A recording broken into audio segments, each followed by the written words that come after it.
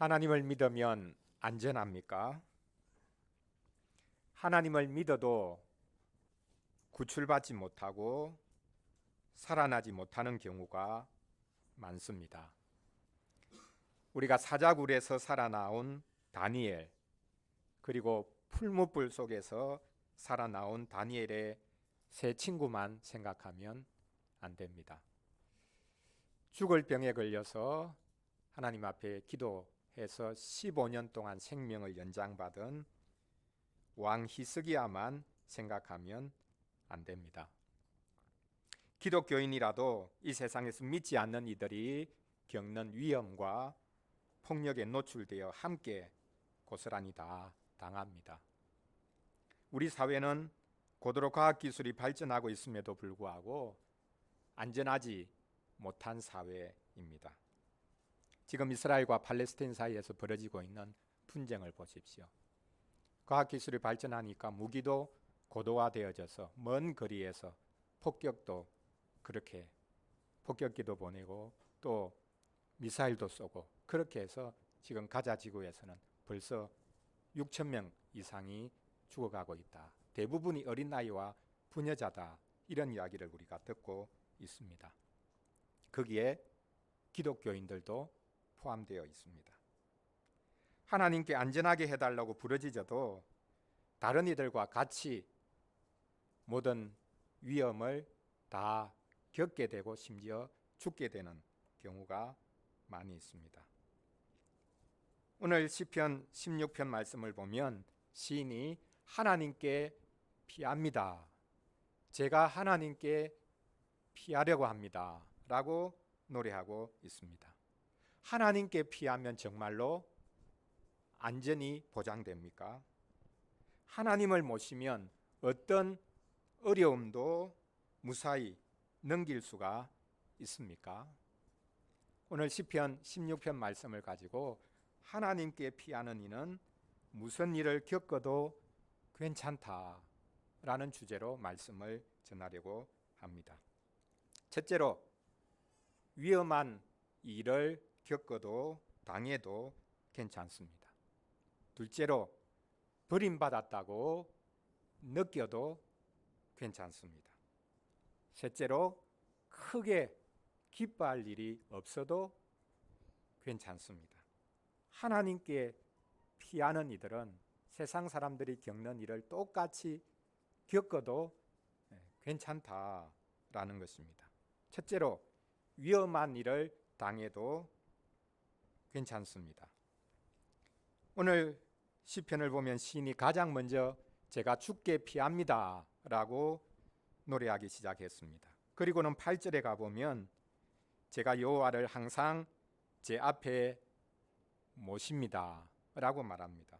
하나님이 제 오른쪽에 계십니다 라고 말합니다. 그래서 저는 흔들리지 않습니다 라고 말합니다. 어떻게 이렇게 고백할 수 있습니까? 이것은 가장 실제적인 것인데요. 지금 이 시인이 성전에 올라왔다라는 것을 보여주고 있는 생생한 표현입니다. 우리가 이 16편 바로 앞 시편인 15편을 보면 이렇게 시작하는 시편이죠. 여호와여 주의 장막에 머물 자 누구 오며 주의 성산에 사는 자 누구 오리이까. 주의 장막, 주의 성산, 바로 예루살렘 성전을 가리키고 있습니다. 거기에 살 수 있는 자가 누굽니까? 이렇게 노래했는데 이제 시편 바로 다음 편인 16편에 보면 제가 주께 피합니다 라고 하죠. 그러면 주께 피한다는 것은 구체적으로 무엇을 말하고 있습니까? 제가 성전으로 갑니다. 이런 말입니다. 성전에 들어가면서 부르는 노래가 바로 이 시편 16편이라는 것을 알 수 있습니다. 시인은 성전에 들어가면서 외칩니다. 하나님, 저를 지켜주십시오. 제가 주께 피합니다. 구약 성경에서 주께 피한다라는 것은 그냥 단순히 하나의 상징적인 표현이 아니라 실제적인 것입니다. 그것은 성전으로 나아간다 라는 뜻을 가지고 있습니다. 성전이 다름 아닌 도피성이었습니다. 고난받고 핍박받는 하나님의 백성이 때를 따라 성전으로 올라갑니다. 그래서 시편 나중 120편부터 보면 성전에 올라가는 노래라고 하는 시편들이 계속 이어지고 있는 것을 볼 수 있습니다. 성전이 피할 곳입니다. 그곳이야말로 가장 안전한 곳입니다. 그래서 오늘 시편 9절에 보면 성전에 도착한 시인이 크게 기뻐하고 있는 것을 볼 수 있습니다. 너무나 기쁘다라고 노래합니다. 자신이 기쁜 것은 자기 영혼이 기쁜 것만이 아니라 자기 육체도, 저의 육체도 안전하게 살 수 있기 때문입니다 라고 노래하고 있는 것을 볼 수 있습니다. 성전에 들어가면 대적의 위협이 없습니다. 왜냐하면 하나님께서 그곳에서 다스리고 계시기 때문에 어떤 원수의 대적의 위협도 없는 곳이 바로 그 성전입니다. 그런데 이 성전이 무너졌습니다. 그러면 우리는 어디로 피하면 됩니까? 우리는 성전이 아니라 교회 안에 들어왔기 때문에 우리에게 안전이 있습니다. 교회야말로 안전한 곳입니다. 하나님께서 우리의 영혼과 몸을 보호하시고 구원하시기 위해서 세우신 것이 교회이기 때문입니다. 그렇다면 이 시편 16편은 성전에 올라가는 노래이면서 동시에 교회를 노래하고 있는 시편이기도 합니다. 사실 우리는 안전하지 못한 세상에서 살고 있습니다. 오늘이 이태원 참사 1주기가 되는 날입니다. 얼마나 고통스럽고 끔찍한 날이었습니까? 사랑하는 이들을 잃은 유가족들이 1년 동안 얼마나 끔찍한 시간들을 보냈겠습니까? 우리가 살아가고 있는 이 세상은 과학기술이 아무리 발전해도 안전을 보장받을 수 없는 사회입니다. 우리가 뉴스를 틀면 뉴스는 좀 과도한 것을 계속 보도하고 있기는 하지만 이 세상이 안전하지 못하구나라는 것을 우리는 끊임없이 보고 들을 수가 있습니다. 이스라엘과 팔레스틴 간의 분쟁도 한번 생각해 보십시오. 이스라엘 쪽에서는 선전 구호이기는 하지만 절멸전이라는 표현까지 사용하고 있다고 합니다. 그 표현은 완전히 없애버리겠다, 완전히 다 사라지게 만들어버리겠다, 이런 뜻입니다. 상대방을 완전히 제거해버리겠다고 소리치고 있습니다. 그러면 팔레스틴 사람들을 완전히 제거해버리면 이스라엘 사람들, 유대인들은 안전할 수 있을까요? 지금 가자 지구에 며칠 동안 계속 폭격을 쉼없이 가하고 있습니다. 그 지구에 교회가 있는데요, 이 팔레스틴과 이스라엘에 있는 대부분 개신교회는 거의 없고 교회가 있으면 그 동방정교회입니다. 이스라엘이 가자 지구 안에 있는 병원도 폭격을 해서 환자들이 수백 명 죽고, 그리고 동방정교회도 폭격을 가했습니다. 왜냐하면 거기에 팔레스틴 사람들이 도피해 있었거든요. 교회가 무슬림인들을 받아들여 가지고 보호를 해주고 있었습니다. 그런데 이스라엘이 그 동방정교회도 폭격해서 그 도피해 있던 사람들이 많이 죽었습니다. 교회도 안전하지 못하다는 것을 보여준 것입니다. 교회를 향해서 소리친 것이지요. 팔레스틴 사람들 보호해주지 말라, 이렇게 위협을 가한 것입니다. 그렇습니다. 교회 건물이 우리의 안전을 보장해주는 것이 아닙니다. 물리적인 건물이 아니라 주님의 몸인 교회에 있으면 우리의 안전이 보장됩니다. 도대체 교회가 무엇이길래, 교회에 무엇이 있기 때문에 우리가 안전할 수 있고 심지어 우리의 몸조차 안전할 수 있다는 말입니까? 교회는 우리를 위해 십자가에 못 박혀 죽으시고 살아나신 그리스도의 몸이 있기 때문입니다. 우리는 성찬식을 통해서 이것을 계속 경험하고 누립니다. 그래서 우리는 외쳐야 합니다. 우리에게는 우리를 위해서 죽으시고 살아나신 그리스도의 몸이 있다. 교회에 뭐가 있냐? 교회 안에 뭐가 있냐? 교회에 그리스도의 몸이 있다. 우리를 위해서 죽으시고 우리를 위해서 살아나신 그리스도의 몸이 교회 안에 있다. 그래서 우리는 안전하다. 우리의 몸도 안전하다. 이렇게 외칠 수가 있습니다. 기독교인이라고 해서 이 세상에서 우리의 육체가 안전하지 않을 수 있습니다.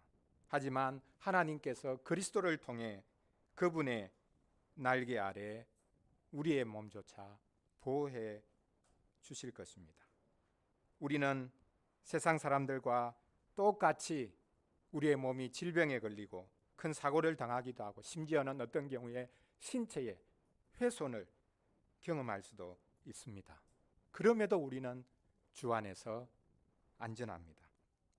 우리를 위해서 온갖 고통을 다 겪으시고 죽어주시고 자신의 몸을 온전히 내어주신 그리스도, 그분이 우리에게 있고 교회에 그리스도의 몸이 계시기 때문입니다.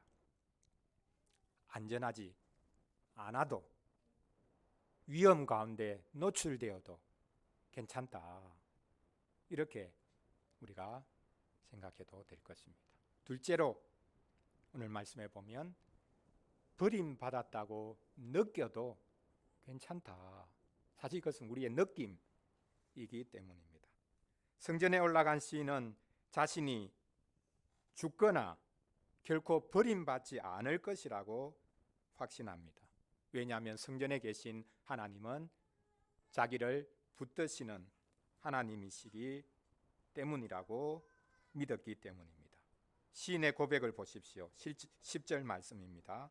이는 주께서 내 영혼을 수월에 버리지 아니하시며 주의 거룩한 자를 멸망시키지 않으실 것임이니이다. 시인은 하나님께서 자기 영혼을 수월에 버리지 않을 것이다 라고 믿고 있습니다. 확신하고 있습니다. 여기 수월은 죽은 자가 가는 장소이거든요. 그러면 구체적으로 말하자면 무슨 뜻입니까? 하나님, 저는 죽지 않을 겁니다. 하나님 저를 죽이지 않으실 거죠. 저를 버리지 않으실 거죠. 저를 살려주실 거죠. 이렇게 시인이 노래하고 있는 것입니다. 왜 안 죽겠습니까? 기독교인도 죽지요. 죽을 것인데 죽음조차도 하나님과의 관계를 끊어내지 못한다는 것입니다. 시인은 하나님께서 자기를 버리지 않으실 것을 압니다. 본 시편의 시인이 다윗이라고 오늘 표제에 나와 있는데요. 다윗은 자신이 사울에게 쫓겨나서 이리저리 방황할 때도 하나님께서 결코 자기를 버리지 아니하실 것을 믿었습니다. 심지어 노년에 아들에게 쫓겨서 아들의 칼에 죽을 수도 있는 그런 상황인데도 불구하고 자기 죄를 기억하고 회개했지만 그럼에도 하나님께서 자기를 결코 버리지 않으실 것이라 라고 믿었습니다. 이것은 자기 확신이 아닙니다. 하나님께서 자기와 더불어 맺어주신 언약이 있었기 때문입니다. 하나님께서 이 다윗을 이스라엘의 목자로 세우셨습니다. 그리고 그의 후손들을 영원히 이스라엘을 다스리게 하겠다고 약속해 주셨습니다. 이 약속을 믿었기 때문에 다윗은 하나님이 자기를 결코 버리지 않으실 것이라, 그리고 살려주실 것이라, 나중에 죽게 되겠지만 모든 이 핍박과 곤란 가운데서도 하나님이 건져주실 것이라 라는 그 믿음을 가지고 있었습니다. 다윗은 야망을 가지고 이스라엘을 다스리려고 한 것이 아닙니다. 하나님이 친히 오셔서 그를 이스라엘의 목자로 세우시고 이스라엘을 다스리게 하셨습니다. 그러므로 하나님께서 우리를 버리지 않으시는 것은 우리의 어떠함에 달린 문제가 아니라 하나님의 선택해 주심과 하나님의 약속과 또 하나님의 결심에 달린 문제입니다. 다윗은 자기를 서울에 하나님께서 버려두지 않으실 것이라고 말을 했고, 바로 이어서 주의 거룩한 자를 멸망시키지 않으실 것입니다 라고 말하고 있습니다.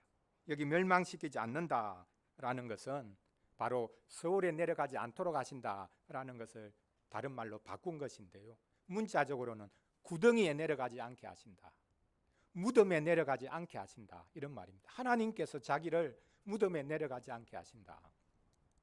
이것을 많은 번역 성경들은 썩지 않게 하신다라는 말로도 바꾸어서 번역을 하고 있습니다.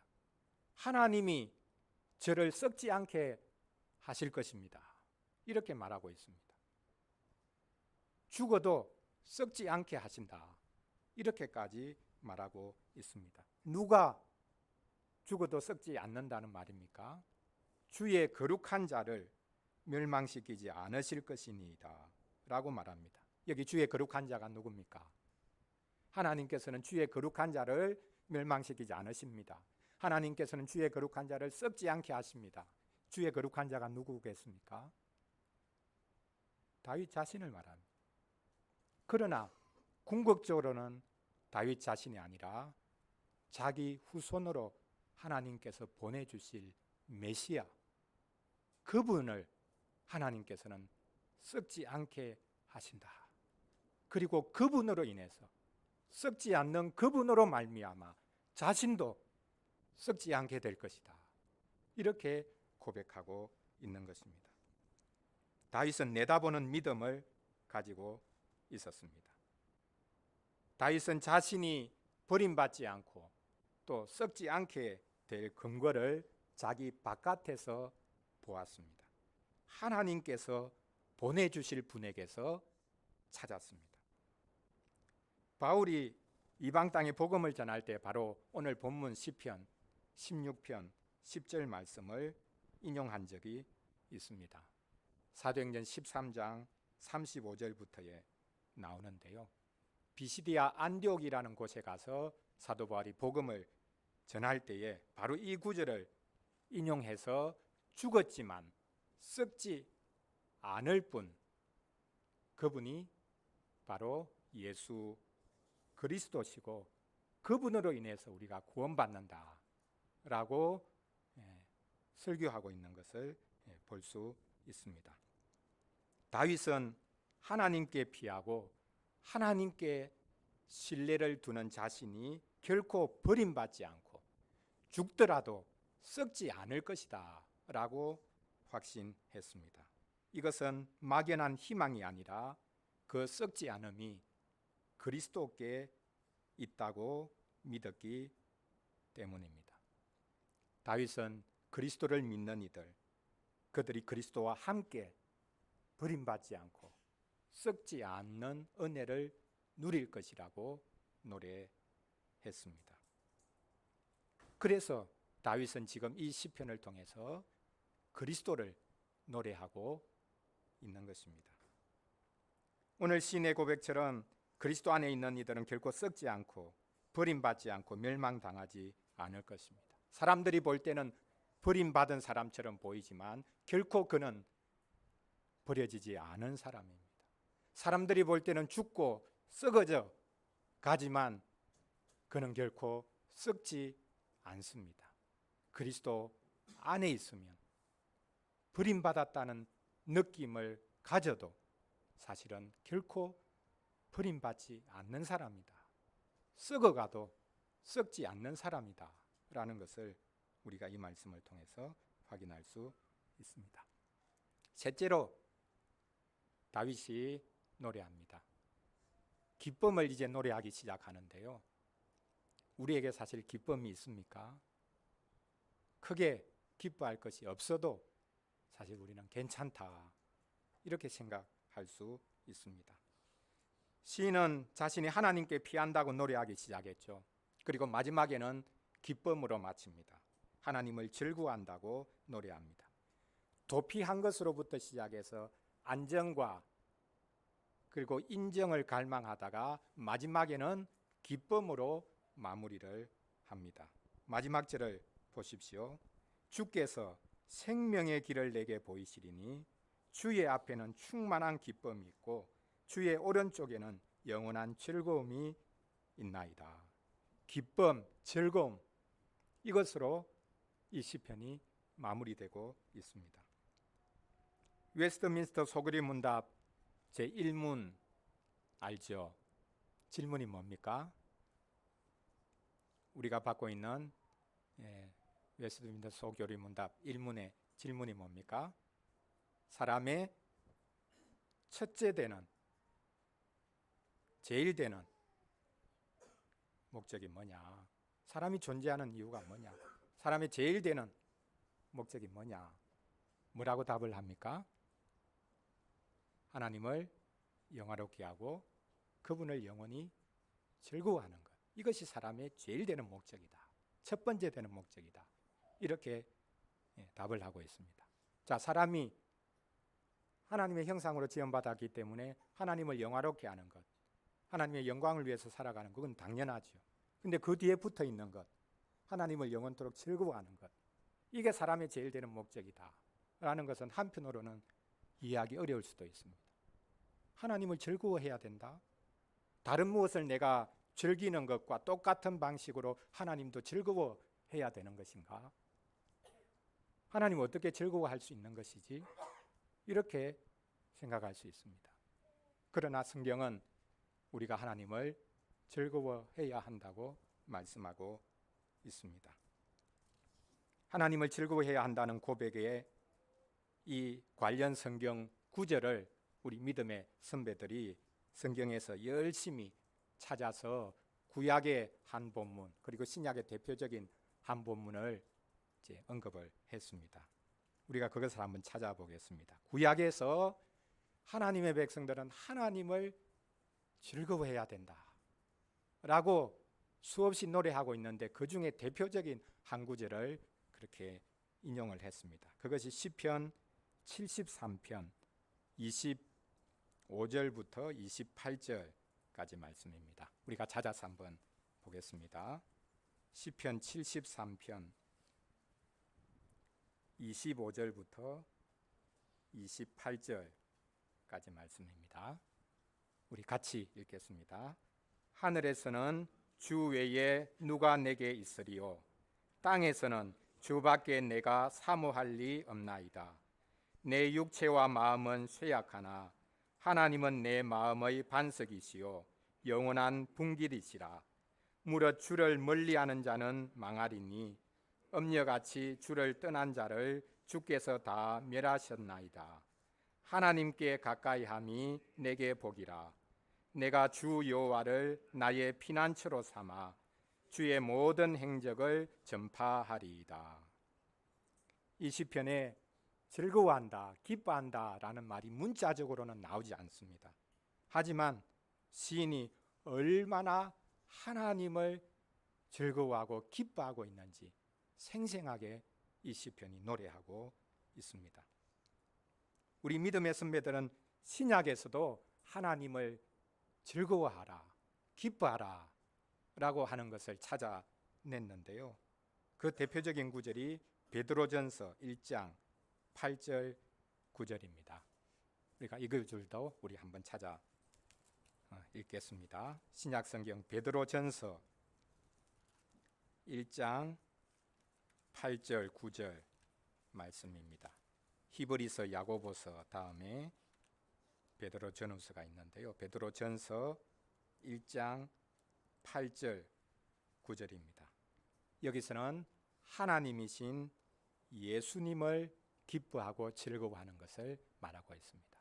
구약 성경에는 하나님을 기뻐하고 즐거워하는 것 말하다가 신약 성경에 오면 이제 우리는 하나님이 보내신 예수님 그분을 기뻐하고 즐거워한다 이렇게 말씀하고 있습니다.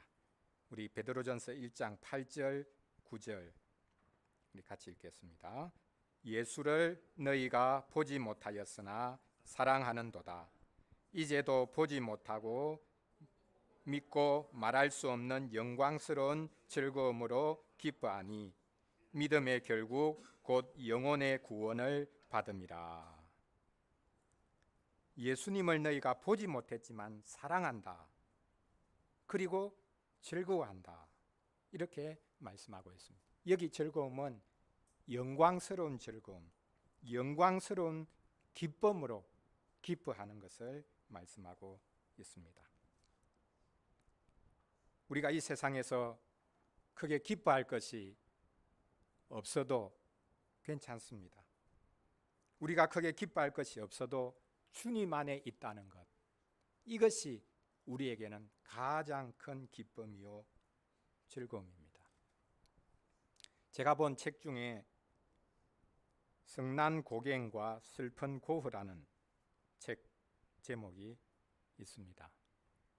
고갱은 항상 화가 나 있고 고흐는 항상 슬퍼했다, 이런 뜻입니다. 화가 고갱은 세상이 자기를 알아주지 않는 것에 늘 화가 나 있었습니다. 왜 나를 알아주지 않지?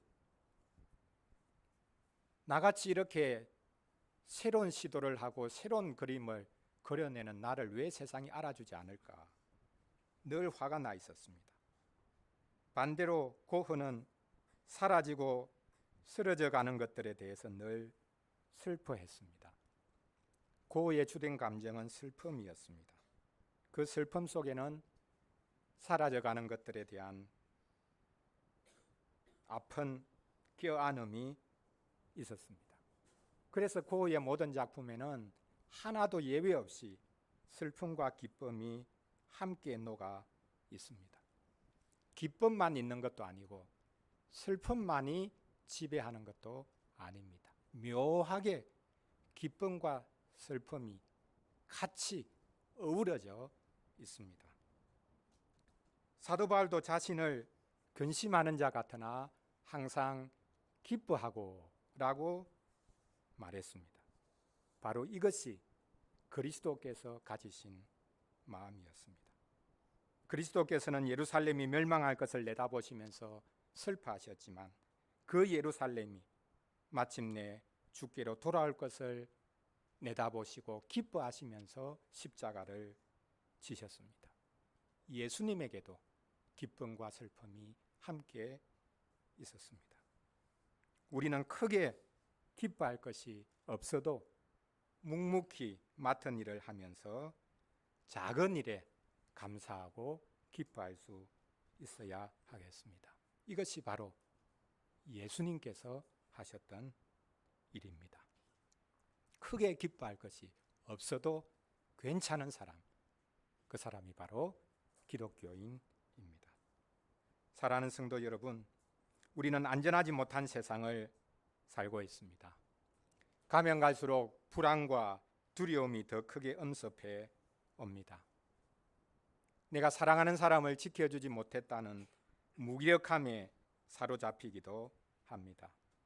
무엇이 우리에게 안정과 인정과 기쁨을 제공해 주겠습니까? 이상한 것이 사람들은 자기에게 안정과 또 인정과 기쁨을 제공해 주는 것은 결국 돈이라고 생각합니다. 돈이 우리에게 안전을 제공합니까? 돈이 우리를 많이 벌면 내가 인정을 받는 것입니까? 돈이 정말로 우리를 기쁘게 해줄 수 있습니까? 어느 정도는 그럴 수 있습니다. 자동차를 사도 비싼 차를 사면 좀 더 안전하겠죠.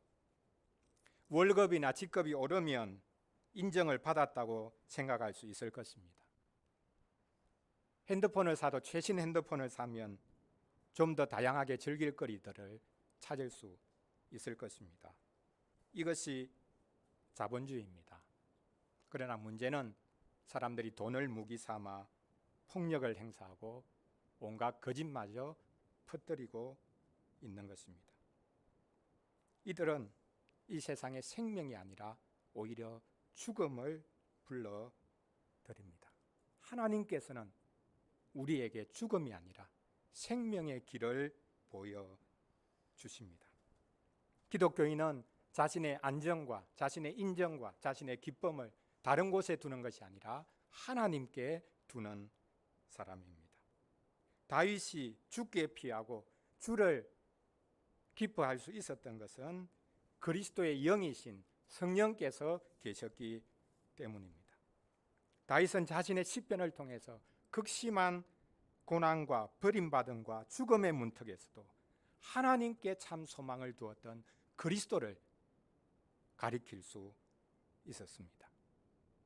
그리스도께서 하나님께 피하고 하나님을 신뢰하면서 자신을 내어놓으신 것, 그것을 우리에게 보여주셨는데, 우리도 주님을 따르면서 주님 안에 있는 안전함과 또 주님께서 인정해 주시고 구원해 주시는 것과 또 주께서 우리에게 주시는 기쁨을 누릴 수 있기를 간절히 바랍니다.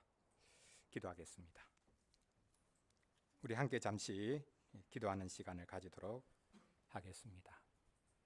이 세상이 안전하지 못합니다.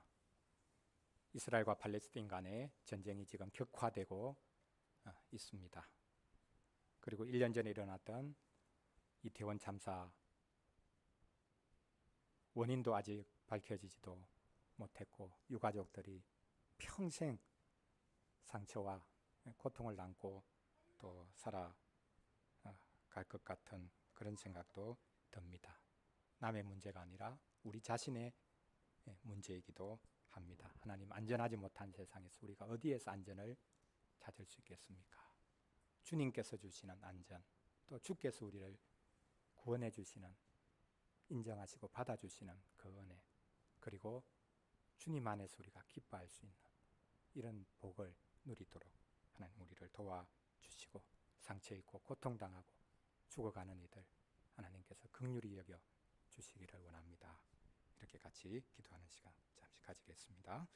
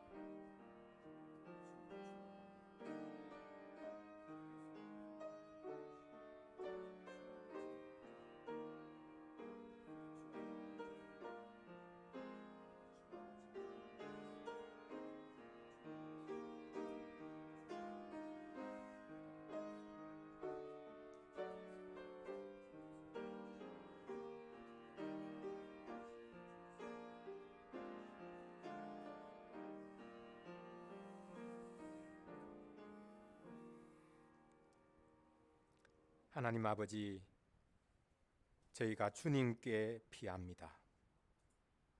저희를 보호해 주시기를 원합니다. 다른 이들은 고통을 겪어도 저희는 모든 위기나 위험으로부터 보호해 달라는 것이 아닙니다. 저희가 안전하지 않은 세상을 살고 모든 위험에 노출되어 고통과 고난을 당하더라도 주님께서 저희를 받아주시기를 구합니다. 사람들이 저희를 버린다고 하더라도, 심지어 쓸쓸하게 죽음을 맞이한다고 하더라도 주님께서 저희를 받아주실 것을 구합니다. 저희가 늘 슬픔 가운데 살고 어떤 기쁨과 즐거움도 없는 이 세상을 산다고 하더라도 주님께서 저희를 받아주실 것을 믿습니다. 주님, 저희가 주님께 피하오니 저희를 건져 주시옵소서.